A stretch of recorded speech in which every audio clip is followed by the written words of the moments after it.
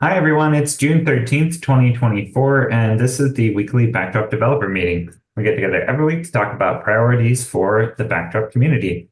My name is Nate Lampton. I'm Quick Sketch on the Internet, core committer, and technical lead for the Backdrop project.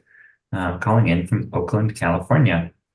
We've got a nice little group here today. We'll go around the room and let everybody give some introductions. We'll start off with Tim, and then we'll go to Eli. Hi, my name is Tim Erickson. I'm St. Paul Tim on the internet in Deerwood, Minnesota. Some of you have been seeing me real active in Zulip, working on sort of a theme recipe combo project called I'm calling Zever, which is just stolen from WordPress. And anyways, just mentioning that we don't need to talk about it today. That's it. But I'm excited about that. Go ahead. Thanks, Tim. Eli, and then Wes. Hello, I'm Eli. I'm a developer with Giant Rabbit, and I'm calling from San Diego, California. Thanks, Eli. Wes, and then Greg. Hi, I'm Wes Rubalcaba, and I'm calling in from Chicago, and I also work for Giant Rabbit. Thanks, Wes. Greg, and then Jen.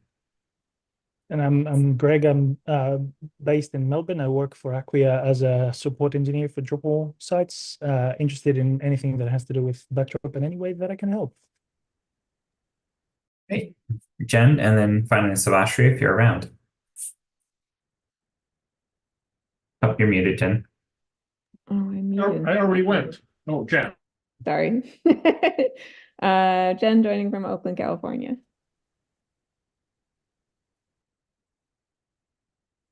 My name Take is it away. Savashri. I'm in Walnut Cove, North Carolina, and I'm just a site builder. I'm not a developer, so I'll just be a fly on the wall here.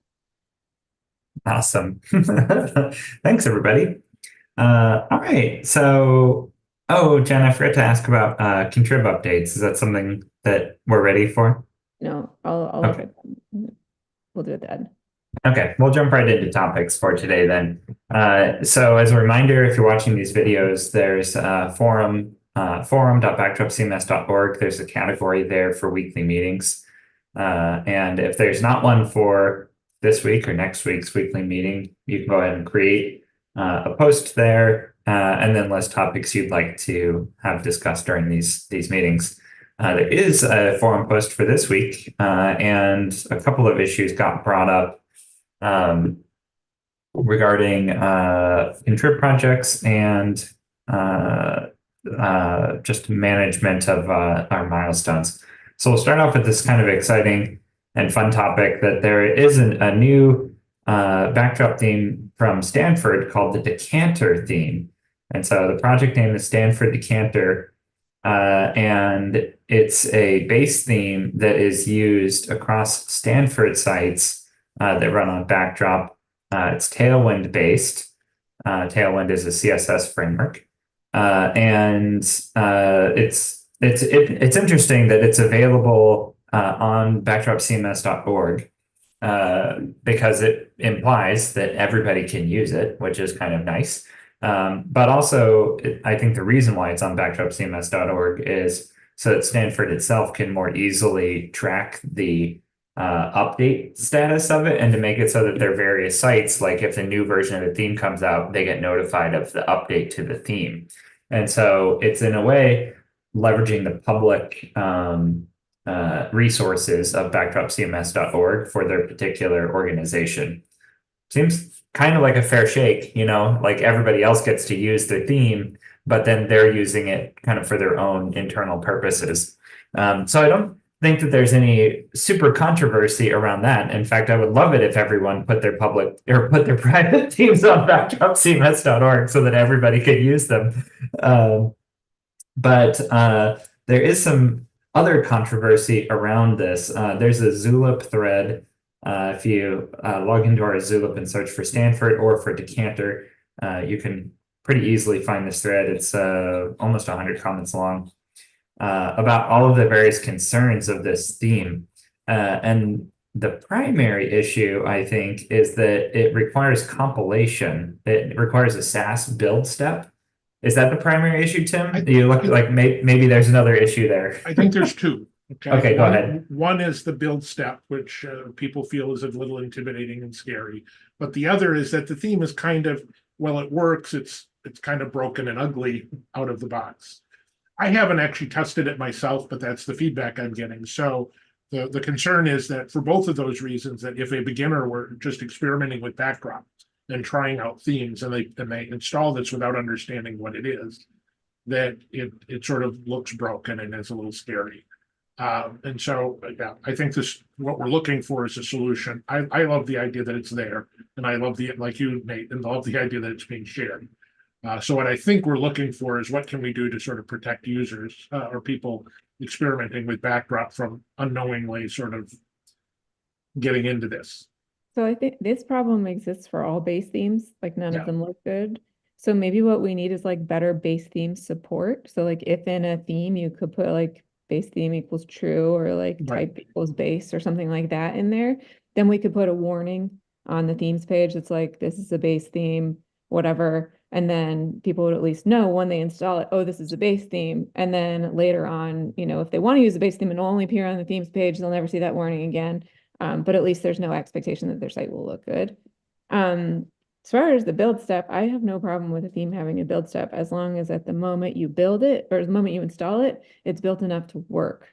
So as long as like there's a default compilation of your CSS that ships with it, I don't care what's required for development because when anyone who wants to use it can get in and do whatever they want. Sort of the same thing with modules. Like once you're in the code, you do whatever you want. But as long as it does something when you turn it on and your site's not broken, I think that's like, we've got a pretty low bar for Contrib, and I think that's kind of good. Wes, you have your hand up.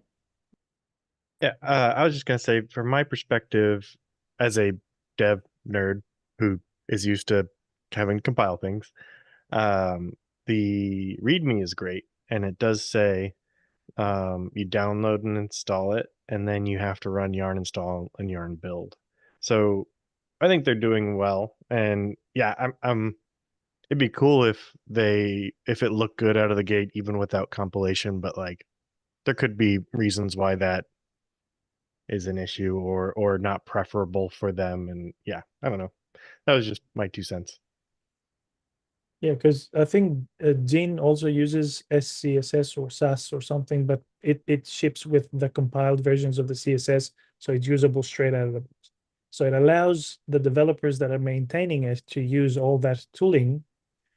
However, when people enable it, the CSS is there. So as you said again, also make that like a suggestion too, or it's like we suggest that you ship with compiled CSS, but I don't think that should be a requirement necessarily. And if we have that warning that says this is a base theme, then I think people's expectations will be different, where they won't expect it to look polished. Like they'll understand like, oh, this isn't, and so it won't matter so much if there's nothing even in there. One thing that I brought up is I wouldn't want a warning per se, but some indication. I would say not a warning, because warning implies something bad or something that would break things. I was watching the recordings or attending the meetings for the project browser for Drupal, and what they have is they have some small shield badges for the projects that will appear there that have security coverage. We could implement something that says as a tag or label, but shows that this is a base theme.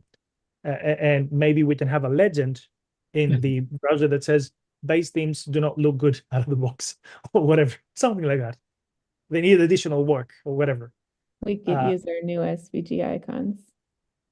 Yes. Yeah, you know what else I love about the idea of specifying stuff as base theme or not base theme? Actually, if you could even say it, so intended to be used as a base theme is one thing. I think that would be useful to denote, but I think it would also be useful if you could denote that something is not really intended to be sub-themed. And that could form as part of one of our policies around CSS updates, for example, where it's like if something is not made to be sub-themed and you're sub-theming it, then we could say as a warning, like, hey, changes to CSS may occur and your sub-theme is not officially supported. Like that's on your guys' plate. And that's an entire question of like if we wanted to do that, but don't know. but I mean, the amount of problems that we have with Basis, because Basis is made to be a sub theme, and so we officially support like not breaking the CSS or trying to not break the CSS, and it's caused us no end of problems. It would be nice if an out of box core theme actually was not made to be sub themed and specifically wasn't supported, and then we wouldn't have that I don't maintenance know. I problem. feel like the problem with saying you can't sub-theme this is that someone's going to make a copy of it and change it, and that's much worse. Oh, well, then making a copy of it is actually even better for our No, because now management. they've got security holes in their site that we've fixed in the core theme. Yes, Like I feel yeah. like Yeah, our but best they're more practices- likely to create their own security holes, Also honestly, true. than, Also true. than there being ones in the core But I security feel or like the best core theme. practices, especially for Contrib, is like don't modify the theme, make a sub theme, and that way you can always stay up to date on all of the updates of that theme. Yes, it will break stuff, but that's sort of like an assumption. And so I don't think we should be warning people not to do that. Don't do the best practice because we don't want to maintain your site. I think it should just be like the best practice is this, and it has this risk with it. But yeah, I don't know. What did Wes say? Yes. Yeah, It's not that important. I just Yeah. wanted to note it. We don't need to waste time. Okay. actually, this is a good topic. If we don't want to skip it, which is noting that adding committed CSS to a repository can cause lots of annoying headaches. Totally, like especially like merge conflicts and stuff like that. Different SaaS software compiling in slightly different ways and just causing all kinds of, or different versions even of the SaaS compilation library compiling differently. And so, yeah, you end up with all kinds of conflicts and unnecessary Git history and all kinds of things. An idea, It's not the end user's problem. it's not an end user's It problem. shouldn't be Yeah, like, but hey, developers are having a hard time making something that works for end users, so we're not going to do it. Like, that's yeah, like our well, priorities are backwards. the end user problem here is that the difficulty of the developer doing it is leaking to an end user because it's not compiled when you download it. Yeah, like for Contrib, I'm like, yeah, okay. Like, I don't know. It's like a recommendation versus a, edict Yeah, or I like something, that. rule. I like it being like, we recommend you include. Yeah. But if they don't want to, it's fine. Yeah, what I'd like to see, and this would be totally fantastic. Jen could use it for starters, maybe in Decanter could too, is all Contrib projects have the ability to run GitHub Actions as part of their release process. And they could implement a release web, or not a webhook, but a release action event that on release or on attachment of the package release from it needs to run on backtopcms.org first to go and like modify the info file and add the release notes and everything like that. But then I believe that an action could listen for the attachment of the package file and then run its own action to compile the SAS and stuff like that, and then edit the zip file to add the compiled CSS, and then delete the other one and then re-add it again. And then you'd end up with a nice, like, you don't need to do anything. You just need to make the release. It gets compiled for you, and then it's attached and there for the users to actually to leverage. So it keeps it out of the source code and only in the release files. And not the developer's problem. It's now a robot's problem. Yes, other than if your compilation fails for some reason, Right. and then you've made a release that is broken. But yeah, it potentially could be a lot of upsides. But I think that once we get the first first project that's doing that, we can use that as an example for the other ones and be like, hey, do you want to compile your whatever, but you don't want to here, look at this. It's an example. Yeah. One thing that I mentioned in the thread that I would like to reiterate here is that these are good problems to be having, because it means that the community is expanding and exploring what the possibilities are in ways that we couldn't think of. So that's good problems to have. Yeah. Nate muted himself, so it must be. Oh, okay. No, sorry. Anyway, that's I think that's the general vibe, is that people are appreciative that Decanter exists despite its problems, and that we should just try to overcome the difficulties that it causes for end users. So making it so that it's better out of the box would be kind of the best thing improvement, I think, for addressing the concerns of it. And maybe that running a GitHub action would solve it. A faster interim solution would be just committing the CSS that is compiled, if that's possible. But I don't know. Either way. Can I throw out one other idea that I think? So Martin has been the primary person of a voice expressing this concern, and I totally appreciate the concerns he's raising. I think that he has been arguing for a solution along the lines of, is there a way where we can give Stanford the benefits they want of being able to have it sort of, in the Contrib space, but just not have it sort of show up. And maybe the adding the criteria of filtering by base theme sort of solves that. But is there an option where it could just sort of not be a public, you know what I'm saying? Just so that it's not, like you'd have to take some action in order to see it. Yeah, they just need to not make a release, and then it won't be on backed up CMS. But they've already, But then they wouldn't get the benefit of knowing that there's an update. Yeah. But right, isn't part of the reason that they want it there so that their sites will see that there's an update available. I don't know. And if they don't do a release, then they wouldn't get that benefit. Yeah. Yeah. So- I don't know. I also feel like there's value in the world knowing that Stanford is using Backdrop, and I kind of want that's them to my be able big- to see it everywhere, like Yay. even in the installer. So I feel like we should just add better support for base themes so that anyone who wants to show off that they're using Backdrop can also do that, and we still protect that people. So yeah, I don't know. I think your .info solution, just being able to filter by base themes would be helpful. Yeah. And Good. sorry, go ahead, Wes. Okay. I just had a thought, like, I don't know how you would say this, but there, like, base theme is one thing, but there's also like, this is a theme meant for developers. Like, this isn't like a site builder friendly thing. Because like that, those can be really valuable for like, a very specific audience. And, it is totally a bummer if somebody uses it and doesn't understand that. That's where I was getting at. We can add the filtering because already the project browser allows you to filter by popularity or installation amount and stuff. So we can add a checkbox filter that says include advanced themes or something like that. But also I was thinking in the because the theme browser compared to the project browser for modules has also screenshots, we could overlay like a ribbon in those themes that says developer only, or not developer only, suited for developers, or dev, or something, like an indication that, you can install it, but you need to sort of like be aware or cautious that some developer knowledge is required. So I'll prepare a mock-up for that and see if we can work towards that.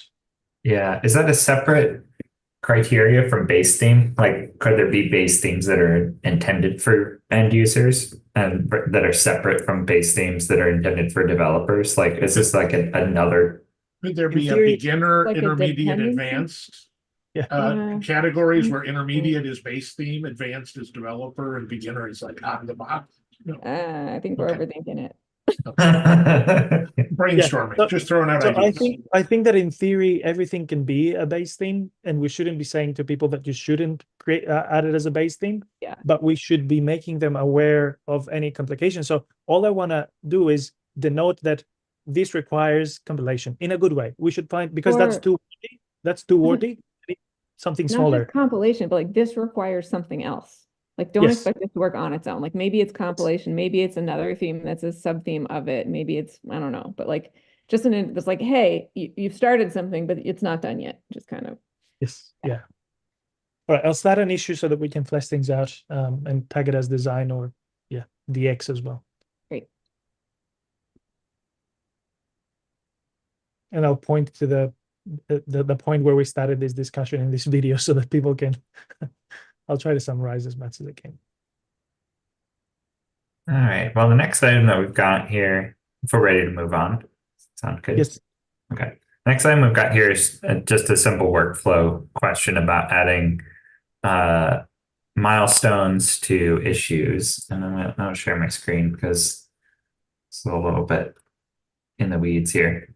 Okay, so this is on our documentation page that we have this how to use milestones page. And the particular quote that is being pulled out here is that a core committer must have stated that an issue is suitable for a bug fix release. And so this is regarding like putting stuff into the current bug fix milestone. And I think the question is that we haven't really been respecting this particular rule, that we're kind of going off of the, like, you know, if people think that it's close enough, or if there's two people in agreement, then we kind it then says or. we'll tag it. Is there or. It says or. It doesn't Right. require. Yeah, Oh, yeah. So, and Greg explained that to me after. Let me just, can I give some real move quick forward. context? I think this came up because there was a bit, there's a little slightly contested issue going on in the issue queue. And one of the things was somebody had marked it a milestone candidate. Somebody, Greg, I think, stepped in and then added it to the milestone. It was a somewhat contested issue. Someone made a comment to the effect of, and they didn't quote the rules or anything, but they made an comment to the effect of, why are you marking this as a milestone? We don't have anything near consensus on this. And that's when I went and I looked at the rules and I got confused. I saw this rule that looked like a core committer was required to, and I'm like, oh, I never didn't know that. But then I realized, okay, that's not true. But we do still have, there was a sort of a sentiment that, like, do we need any kind of consensus to make something, put it on the milestone or not? And I guess not. We don't legally, but should we? Or our rules don't require that.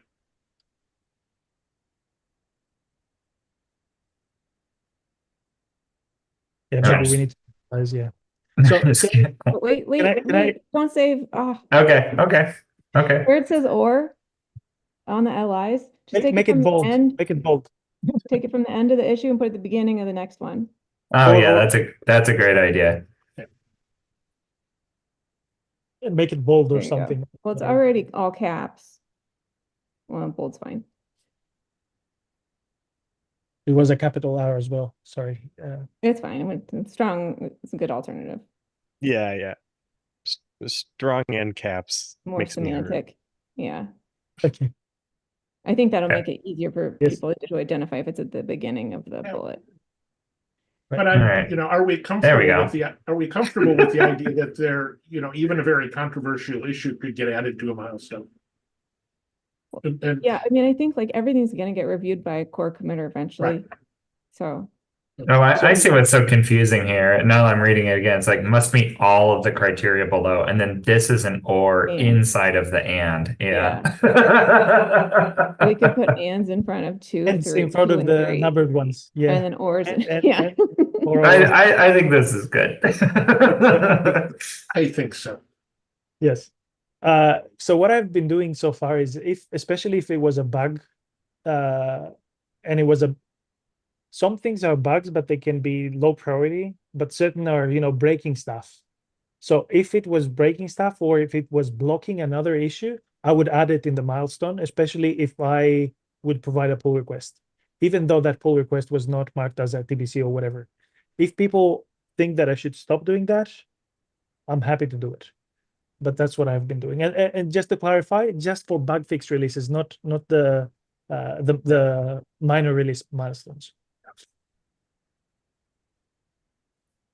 Well, Yeah. I've been working under the assumption that any two people that agree that something, needs work could add it to the milestone. And my assumption has been that a core committer will, that just because it's added to the milestone doesn't mean it's going to get in. A core committer can still intervene. I think in this case, it wasn't the primary dispute, but it just sort of triggered a reaction. Like, we're in the middle of an argument and somebody's adding this to the milestone. It sort of felt preemptive, I think, to people. Yes. That was the issue.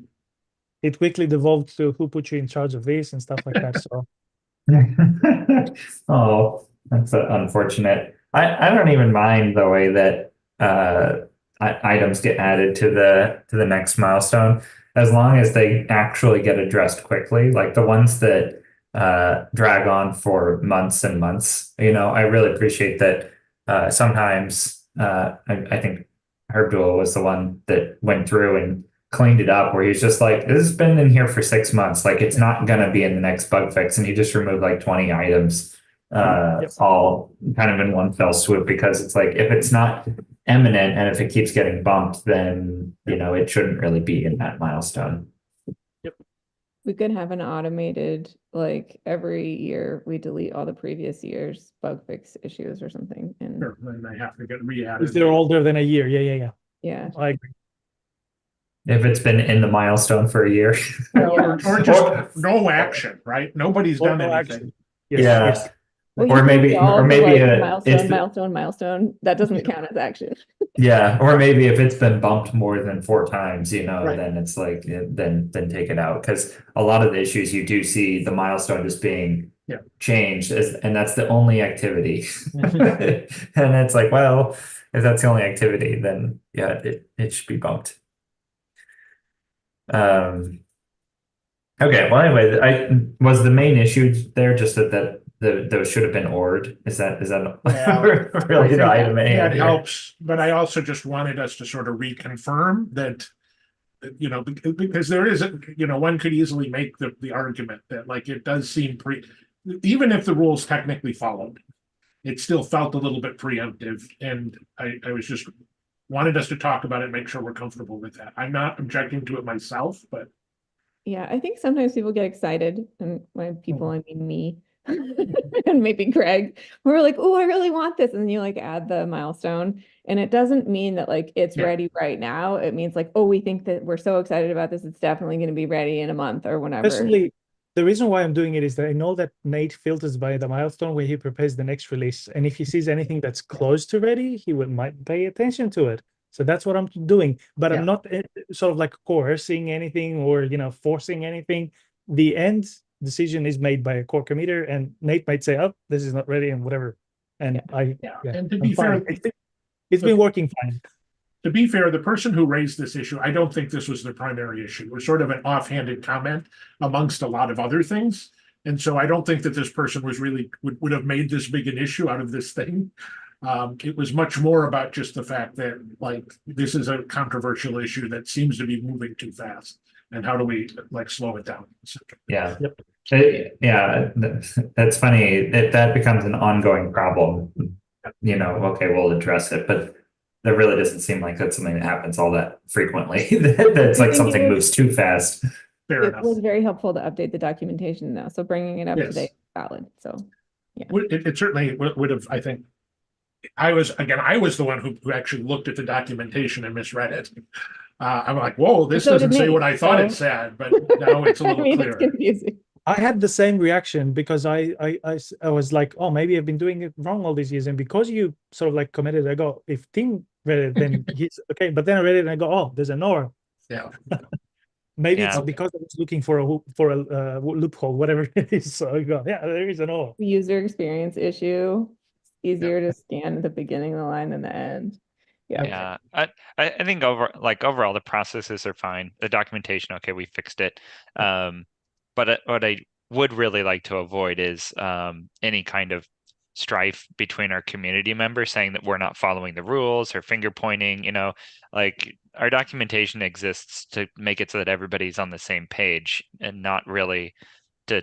I mean, we don't need to dictate like very strictly this policy as long as everybody's on connected, and it's like if people are disagreeing about it, then okay, let's look at our workflows again. But I think our workflows are fine. It's just that it was misinterpretations happening. And yeah, anything we can do to avoid that kind of confrontation between our community members, let's I'm going to adjust drop as off the needed. call, but Okay. thank you for addressing Thanks, this. Tim.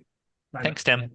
All right, Greg, those issues behind us, it's now the Greg show if you want to pick up any Oh, favorite no. issues Oh no, to this is being recorded. discuss. It's gonna stick forever. Well, those are the only How issues about- that we had raised ahead of time. That's all I'm saying. So people are going to start saying he pulled a Greg or Clonos or whatever. Oh, Pointing- sorry. I'll refrain from that kind of No, verbiage. no. I like it. I actually like it. No, I'm good. I'm cool with it. So the first issue that I would like to bring up is, sorry, I'm going to be selfish for some of them. I would like to progress some of them and unblock them. It's 65, 69, and that relates to something that we were talking about in the design meeting. It's the functions and hooks that are going to be added in order to provide context, to make it easier to provide a context of which pages are login pages. So yeah, I would like some initial code review, and I know that maybe, or not maybe, I might need help with the testing bit. I'll try. Yeah, I like this issue. I'm gonna share the screen again. Yeah, so this is really simple in its concept here, that it adds a function for path is login, which lines up with path is admin conceptually. So there's just different paths that could be login pages, the login page, the password reset page. Trying to think what the other paths are. It's in here. Here it is. The login, password page, password reset page. I'm trying to think what is this one? User/password. That's the password reset. Sorry, that's the, I forgot my password. And the reset, I can't, is this the API? That's the API. I'm just using them. Oh, okay. This isn't the, okay, here it is. This is Yeah, the yeah, actual. yeah. Login, Let- pass, there is still user/password, register, reset. Yeah. So there's separately for the reset one. But I'm not quite sure what this one is. So one but is anyway, I forgot my password. So the one is I forgot my password, and the reset is actually when you do the reset. yeah, forgot password page, forgot password form. Forgot Yeah, password. okay. Yeah. Yep. And so this just makes it so that you can more easily identify all of those. And yeah, in the previous meeting, we talked about once we have this, then we could also add a layout context on top of this for is page login, path is login, to make it so you don't have to match on all of these separate paths. Also be a kind of a cheating way of making it so that a layout could apply to multiple paths, because right now we don't have that capability in core. Yep. Okay. Yeah, this is a great issue. So it needs review, needs automated testing. With the tests, I'm not really good with creating them from scratch. So if someone can provide some help as to where it should be added, what it should be named, and like examples of similar tests, I might be able to work something out. It will make things easier for me. So yeah, appreciate any help.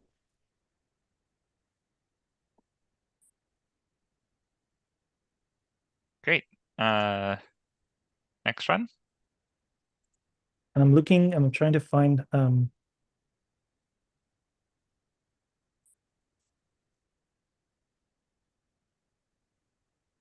okay, so that's a good one. We need some direction.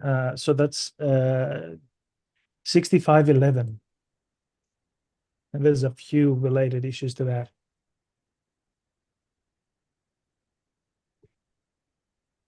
So it started simple, but of course we got into some rabbit holes, not too huge, like we need just decisions to make. So if you scroll that, yeah, there you go. So you cannot, like, if you rename the view or you use another view somehow for the image browser, it will not, like, it's hard coded there. So it doesn't allow translations even, which is something that Eddie Gozella pointed out. And then there's relevant issues from that, which is to allow a similar functionality for files as well. So we have an image browser, but we should also provide a file browser, right? And there's other issues related to that. But it made me think of the fact that I'm not sure if it's in core or if it's a contributed module that in Drupal you can create browsers that you can point to views. So basically you can say, I want a browser model and I wanted to use that view.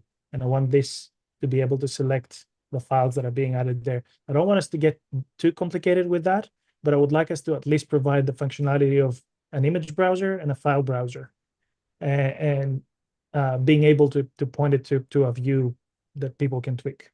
That's basically it. If you look at the pull request for that,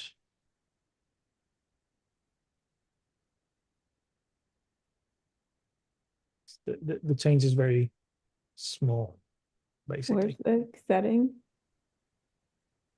So we hard code the title of that model to select from image library. So basically, I'm now changing that to select from whatever the view name is called, which is called the image library. But if you rename it, it will reflect that thing there. Yep. Where's the view like specified though? Like where's views.view? Like yeah. Looks like it comes from the form element here. Okay, so Yes. it's still not really, it's still hard coded It can be overridden. with a form alter. But if you're Yes. going to do a form alter, you can also change, like, if you're in the code, you can also change the name of the modal window.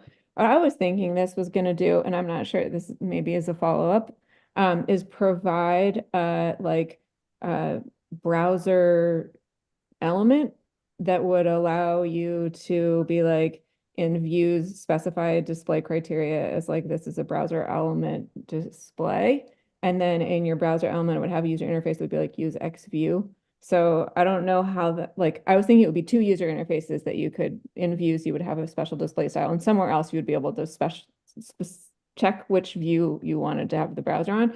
But what that other thing is, where your browser is defined, that would either need to be like a setting on your file field, or that thing I think doesn't exist yet. But that's where I thought it was going. Yeah, so there's at the top of the issue, there's a link to issue 2718, which is titled Add New Interface for User Selection of Managed Files. So that's a good issue. So if you go back to, that's the one, 2718 mentioned at the very top there. Yeah.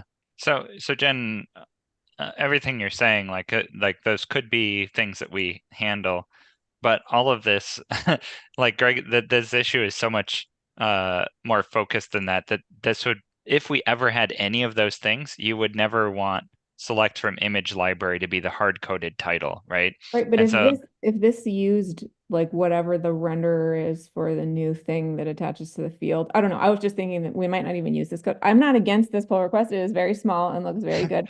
My scope of the problem we were solving was very large, and then when I saw the very small code change, I was like, wait a minute. Yeah. Well, yeah. I mean, like if the browser was swappable and if we had a browser view type and stuff like that, then it would probably just specify the different property here. And so this would work well with all of those changes. Yeah, so I guess the question is like, or it wouldn't exist at all, which it doesn't matter either way, because so the bit that you highlighted, like, and this is where I'm getting at, this is defensive coding at the moment because the views names are not translatable. So this will work when we solve another problem. I just want it to be in place because that's and thanks to HelpDuel because he pointed it out, because I simply had it read the property from the config, but he said, no, you need to get the translated version of it because we allow people. Yes, so I've added that. So now the segue to that is issue 4137, which is much older. Yeah, another. I'm not Sorry, sure go if you ahead. I'm not sure if you looked into this. Like another option here is that, like, this is pulling directly out of config, and you already have the entire view, I believe, or maybe views embed view No, is that's the rendered content. But yeah, like you could actually use the view itself and use the method on the view for getting the label, yeah. and that, whether it's translated or not, should also work, like, because ultimately that should be translated as well if it's not happening right now. So there's I guess what I'm saying is that this is a little bit lower level than it needs to be when you're working with a view that is already an object that has methods on it for getting I its don't think label. that is the view object. I think you're right, Nate. We should have but views embed view returns markup. Uh-huh. So Yeah. that should say something like view output or something to make that clear. But yeah. Yeah, so I would say my initial feedback here is like, let's use the method on the view, like load the view if it's not loaded already, because it's going to be loaded as part of views embed view, and then use the method to get the label. I'm not quite sure what that is, but that would be better.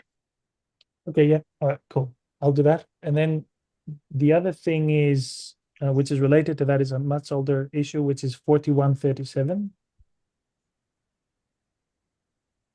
And that's something that you started, Jen. So basically, if you save a view now, there's no underscore translatables thing defined.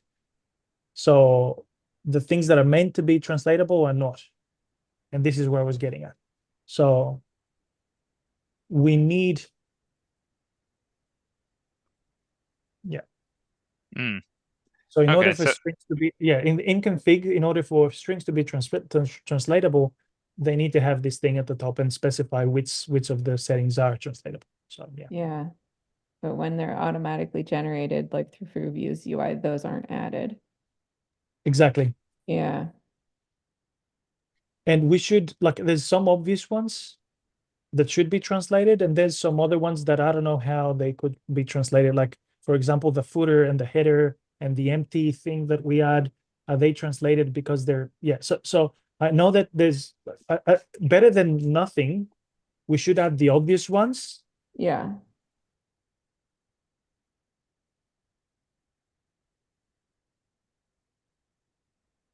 interesting. I'm not quite sure what this does, but looks like there's a,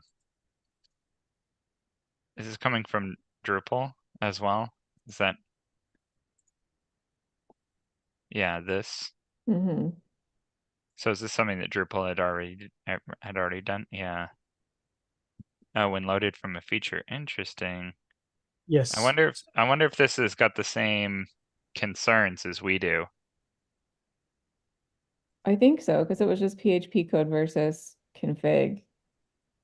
Yeah, well, Yeah. there's two aspects to it. Either we can implement the respective change as G7 for parity, and then add on top of that to make sure that the translatable strings are added in the configuration, or we can make it part of this pull request here.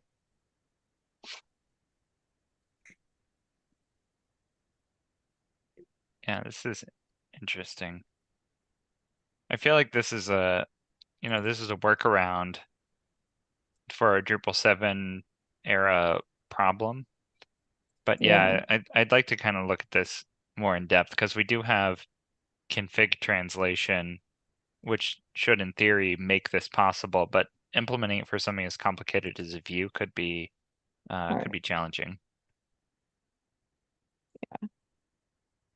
I also think like our solution, it looks like that was like a batch update for like all Oh. existing views. Just That's laughing because just I you said it the same exactly thing the same. apparently 5 years ago. Wow. That's funny. All right.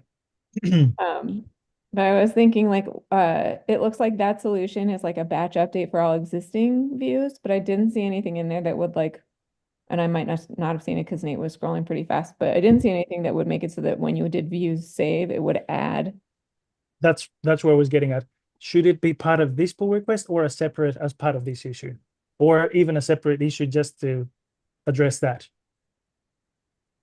Or should this be part of the separate issue? Yeah, I don't know. Okay, I'll figure it out. Maybe I'll just provide a pull request, because we can change it. I'll provide a pull request, a separate pull request here, and then we can. Okay.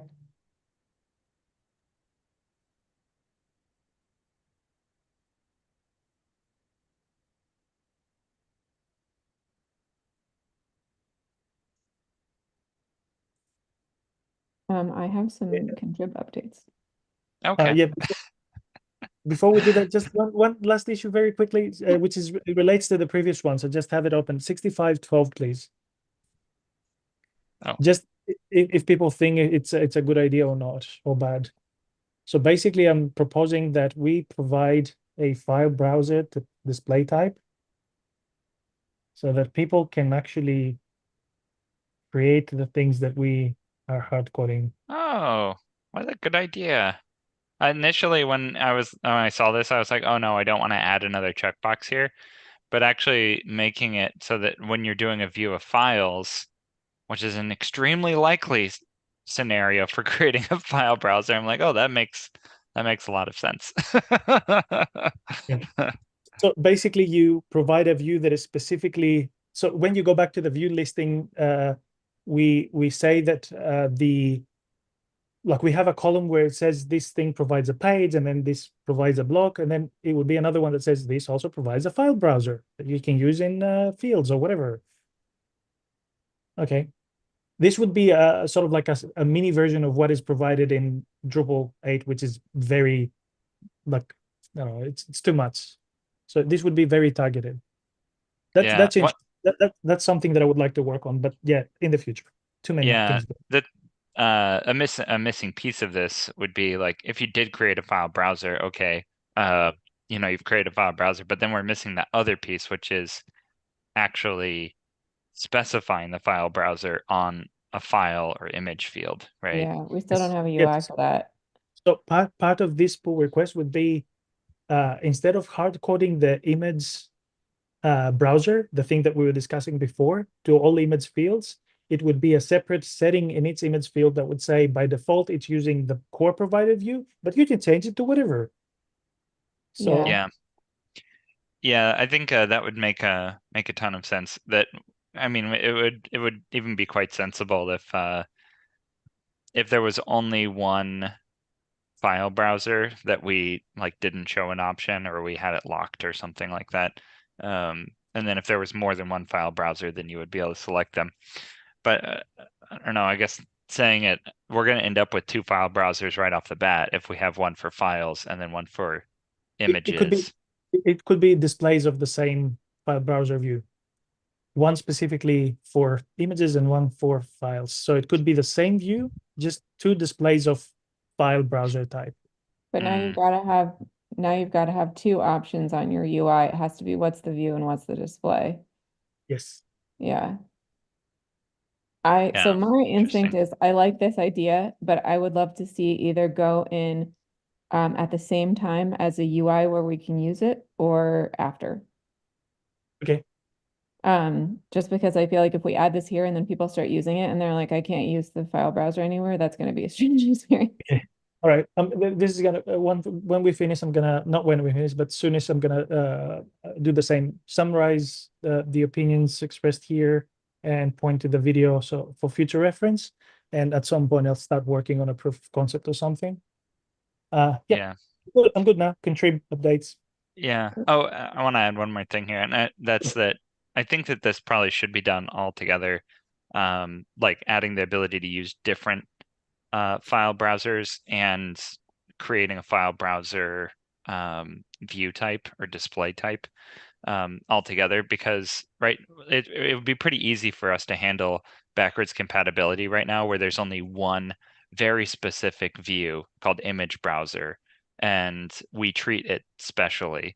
If we first had the ability to add multiple to select other views before we had have the ability to specify a file browser type, we're going to have a hard time disambiguating like what views had potentially been used as file browsers previously if they were using a display type of just a normal like a page or a block display type like we are now for the image browser, where right now there's no specific display type that's necessary. It's just hard coded to be image browser. And so like moving forward, we could easily make an exception so that if it's called image browser or it's of type file browser display type display, then it's allowed, you know? Yeah, and it brings up things like what happens even now before any of this is implemented when you actually go and disable or delete, if it's allowed, the view that provides the image browser that we have. So yeah. Anyway, yeah, I'll have a look. Sorry to hog up the time. The Contrib updates. Okay, Contrib update. We Sorry, have I'll feel guilty. we have one new contributor. Kendarus, I don't know. But they didn't indicate whether they had a module ready or what. So I followed up to ask and maybe help lead them through that. So we have this issue template that's like got a lot of stuff in it. And I think sometimes for new people, that's a little overwhelming. Back of my mind, I've been thinking that maybe we should change it so that every one of those 3 options is a different button. So it's like, you want to be a contributor, you can fill out one form if you want to maintain a module, and one form if you want to help maintain whatever. And that way we don't have to have this 1 or 2 or 3 option thing going on in the template. But anyway, we got a new contributor. I'm trying to lead them through the process of what it is they want to do. So welcome, and we'll help with that. We also have a ton of new Contrib projects. We have the tiny MCE file link module, the batch add terms module, the views contextual filter query module, the file library, and 2 recipes, contact us web form, and portfolio projects. That's it. And I Great. finished in less than the 3 minutes I was allotted. All right. Well, it's a good stopping point. Shall we just wrap it up for today? 2 minutes early. Oh, just the one thing. Release, is it going to happen? The bug fix release? Yes. Yeah. So that's a great topic. Thanks for bringing it up, Greg. So we have one issue regarding the icon API that used in certain ways it's not compatible with old versions of PHP that we still support. So that's a valid enough issue that we should prioritize getting a release out, a bug fix release, so 128.1. Unfortunately, from here through the weekend, at least, I'm going to be fully occupied. And so I don't have the time to make it in the next couple of days. Do we aim for the weekend after that then? The following weekend after that? Yeah, I think that would be fine. Let's discuss. Yeah, let's discuss again next week in the dev meeting and see if it's okay. Yeah, and in the meantime, up until then, I did start at least looking through the RTBC queue and merged 3 issues today. So I'll try to get that cleaned out. The thing that we should try to do that would ease the process is get that that other issue that I can't remember it off the top of my head. Get the icon API regression issue, not a regression, but bug with old PHP versions. Get that to RTBC and go ahead and get it into the 128 branch, and then that would set us up for making the release like at any time. Yeah, there was some updates on that one. So RG Piano pointed out that well, I don't think that we have time to summarize it anyway, but yeah, he raised a separate issue, and I think Indigozella and I went and pointed out, oh, we already have an issue for that, and he says, oh no, it doesn't cover all the cases. So anyway, the solution that Indigozella and I tested, and Indigozella filed a pull request, was using first child. But RG Piano pointed out that it needs to be first element child, because first child can be anything like text or whatever we are attempting. So yeah, anyways, it needs to be slightly more elaborate. Like instead of 2 lines of code, maybe like 10 lines of code changed. So yeah, all right, that's it. As quickly as I could summarize it. All right. Well, now we ran up all the time that we have. So thanks everybody for being here. Again, really appreciate all of the issues and the discussion. Great to see you, Wes, an unusual attendee at one of these meetings. Not for long. Like the usual next week. Yep, it's on my calendar. Problem bug fixed. Okay. Well, thanks everybody. Have a great